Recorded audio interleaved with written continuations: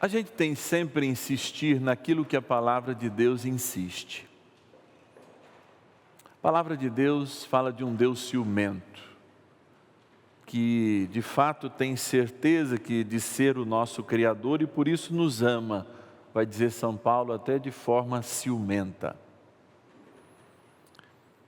A palavra insiste inúmeras vezes num crescimento espiritual, na liberdade, que nos faz de fato assumir a total vontade de Deus, quando a gente de fato se livra das coisas desse mundo para assumir a totalidade do mistério divino.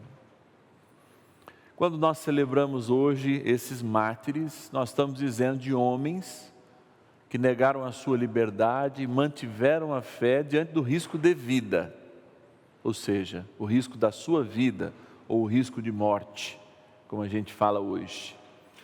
Colocaram então as suas vidas na mão do Senhor a tempo para que justamente, de fato, o Senhor pudesse, através do sangue por eles derramado, fazer brilhar a fé naquele país.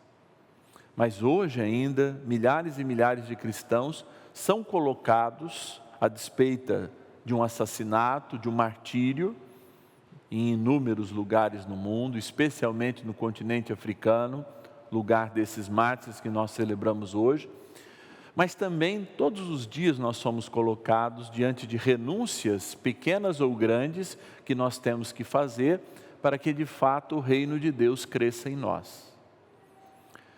Quando Jesus conta uma parábola, ele não quer só uma única compreensão, nem só teológica, nem só prática. Quando se conta uma história, se quer dar vida àquilo que está acontecendo. Então a gente, por exemplo, bota medo nas nossas crianças erroneamente, eu aprendi assim, falando do perigo da rua, não é? Então, eu me lembro quando era pequeno, quando não tinha cadeado, a mãe ficava preocupada, falou, se você sair da rua, aí ela inventava o pobre de um mendigo lá, né? Que era o homem do saco, te punha dentro do saco, e muita gente não se aproxima hoje dos nossos irmãos de rua, porque aprenderam a ter medo do homem do saco, né? Ou tantos e tantos outros bichos que tinha na rua. Por quê? Uma criança não é capaz de compreender que o carro vem com velocidade, ela não pode sair, que existem pessoas más na rua, que ela pode, como pequena, sair e não lembrar mais o caminho de volta. Então se inventa fábulas ou parábolas que não falam da realidade, mas contam histórias para que cada um sinta que pisando para fora do portão existe um risco. E eu não apoio essa invenção do homem do saco, muito pelo contrário. Mas é algo ligado à nossa cultura. Jesus, quando ele fala em parábolas, ele está querendo também atingir esse objetivo. Fazer que quem veste a carapuça, de fato a vista. Fazer que quem não veste a carapuça, aprenda com quem vista. E é esse o grande sentido dessa parábola, que fala de toda Israel. Olha, Deus escolheu um povo, fez uma aliança com o povo. Essa aliança lá nos patriarcas em Abraão, celebrada depois por Moisés, quando repetiu lá no Monte Sinai, né, com o povo todo ali aos pés do Monte Sinai, com a tábua da lei, aquelas 12 taças de sangue, derramando 6 no altar e aspergindo o povo com aqueles sangues de cordeiro, celebrando a aliança com Deus, que foi celebrada de modo único e perpétuo, e que a gente repete em cada Eucaristia, fazendo memória a presença real de Cristo na cruz, quando, com o sangue do próprio Deus feito homem, se selou o último sacrifício. Quando Deus se fez altar, quando Deus se fez cordeiro, quando Deus se fez sacerdote. E de ali em diante, o sacrifício com o pão e o vinho, fruto do nosso trabalho, é o sacrifício diário, que cada um de nós é chamado a fazer, e de modo solene, especialmente nos domingos e festas. Isso não é uma parábola, é uma realidade. Mas a realidade que nós mais vivemos enquanto ser de Deus ou não ser de Deus, é um pouco a que São Pedro vai dizer aqui, nessas cartas chamadas católicas.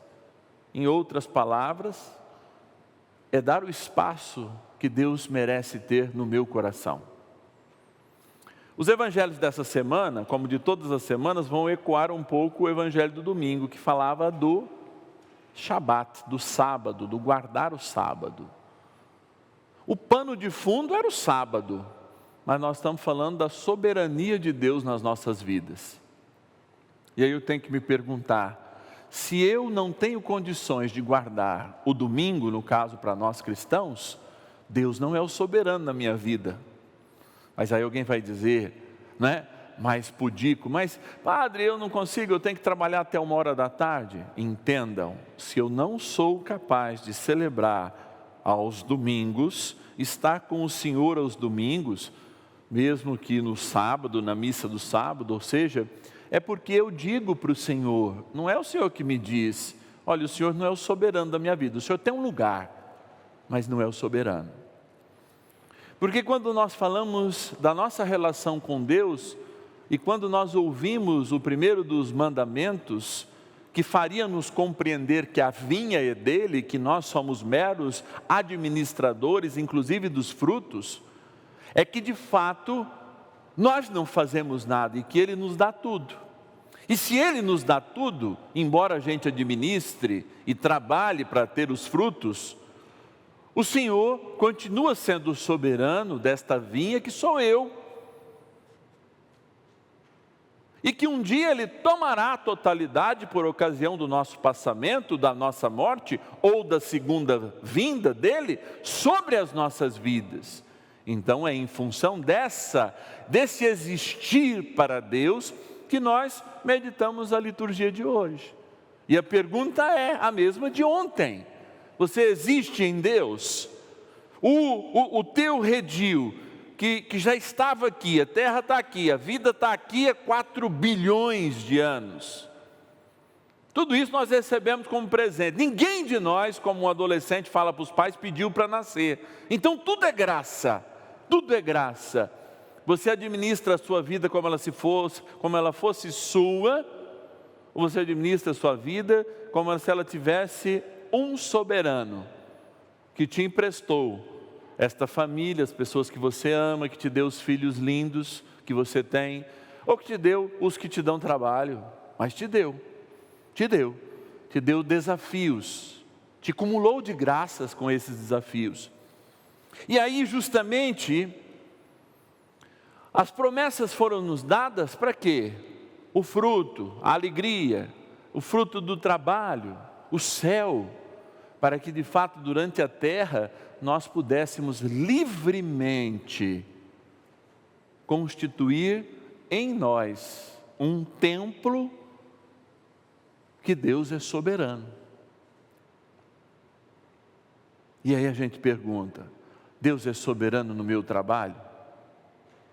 Deus é o soberano na minha família? Deus é o soberano no meu bolso? No meu dízimo, Deus é soberano ou eu mostro que Ele não é soberano? Ou eu nem dizimista sou? Deus é soberano na minha vida ou não é? Vejam como a gente é infantil, feito a criança que ainda se acha enganada pelo homem que dá medo na rua e que a impede de sair. Vejam como nós preferimos essa, vamos dizer assim, experiência com Deus superficial, em vez de mergulharmos na verdade que está em nosso coração como templos do Espírito Santo e que transforma a nossa vida, muda a nossa vida 180 graus. E é nesse intuito que a primeira leitura parece como, na minha opinião, uma das leituras espirituais mais profundas do Novo Testamento, depois dos Evangelhos, que são atitudes práticas. A carta católica, a carta de São Pedro, uma carta aprofundada numa espiritualidade de resposta em meio ao martírio da vida, e que vem dizer assim: vós sois participantes da natureza divina, ou seja, nós já não somos mais nós, só. Aqui nós celebramos essa participação, quando eu ouço a palavra e fraciono o pão e o vinho, corpo, sangue, alma e divindade. Aquilo só faz parte, eu só faço parte daquilo, porque justamente a minha natureza já foi marcada desde o batismo com a natureza divina. Por isso quem não é batizado nem participa de uma missa, se a gente fosse estrito nisso. Porque aqui é a reunião daqueles que têm a natureza espiritual e se alimentam da natureza espiritual de Deus na fração do pão e do vinho, para terem o sucesso na disputa consigo mesmo, para declararem com as suas vidas que Deus é o soberano. E assim continua. Por isso mesmo, ou seja, porque vós fostes libertos da corrupção e da concupiscência do mundo, dedicai todo o esforço à vossa fé. Olha lá, a fé é uma dedicação da nossa vida. E aí ele diz: dedicai todo o esforço em juntar a vossa fé à virtude. Virtus não é o nome de um carro, mas virtus é uma palavra grega que quer dizer força. Ou seja, unir a fé à vossa força. Tem gente que está cabisbaixo lá em casa. Está assim, caído. Vou desistir de tudo. Vou lustrar o bico da minha bota e vou chutar o balde. Não. Una essa tua força à fé. E aí ele fala: mas assim andando, a gente não consegue ainda. São Pedro propõe: se você não conseguir isso, cresça unindo a sua força ao conhecimento. E ele não fica por aí. Una o seu conhecimento ao autodomínio, à temperança. Não adianta ter fé, ser forte e conhecer, se nós não temos autodomínio. A palavra temperança, que no inglês para mim tem a melhor explicação, chama power self. Ou seja, a força de eu mesmo com força, a força de mim mesmo. E o seu autodomínio, essa força interior, a perseverança. Só quem persevera é quem de fato consegue unir.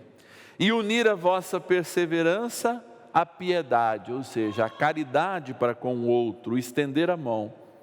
E a piedade ao amor fraterno. E o amor fraterno ao amor perfeito, que é a caridade. Vejam, amados, é preciso crescer na fé. É assim que nós declaramos para os que acham donos de alguma coisa, quem é o verdadeiro dono.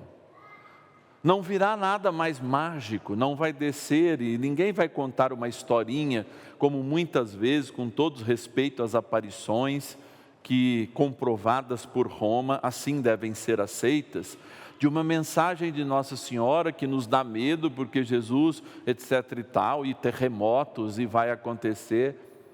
Terremotos sempre aconteceram no mundo, desgraças sempre aconteceram no mundo, e a gente fica fantasiando o mundo ainda, porque os anjos, os de natureza absolutamente divinas, que foram marcados pelo batismo e que estão cuidando do mundo para Deus não o fazem. E estes somos nós.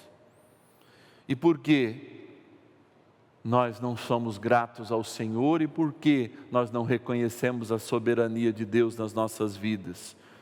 Porque a gente acha que a fé já nos basta, então fica fraco. Porque a gente acha que o conhecimento só basta, por isso fica sem sentimento, sem força. Porque a gente acha só que a experiência de Deus é a experiência da temperança, ou só da caridade, ou só da vida comunitária. Não.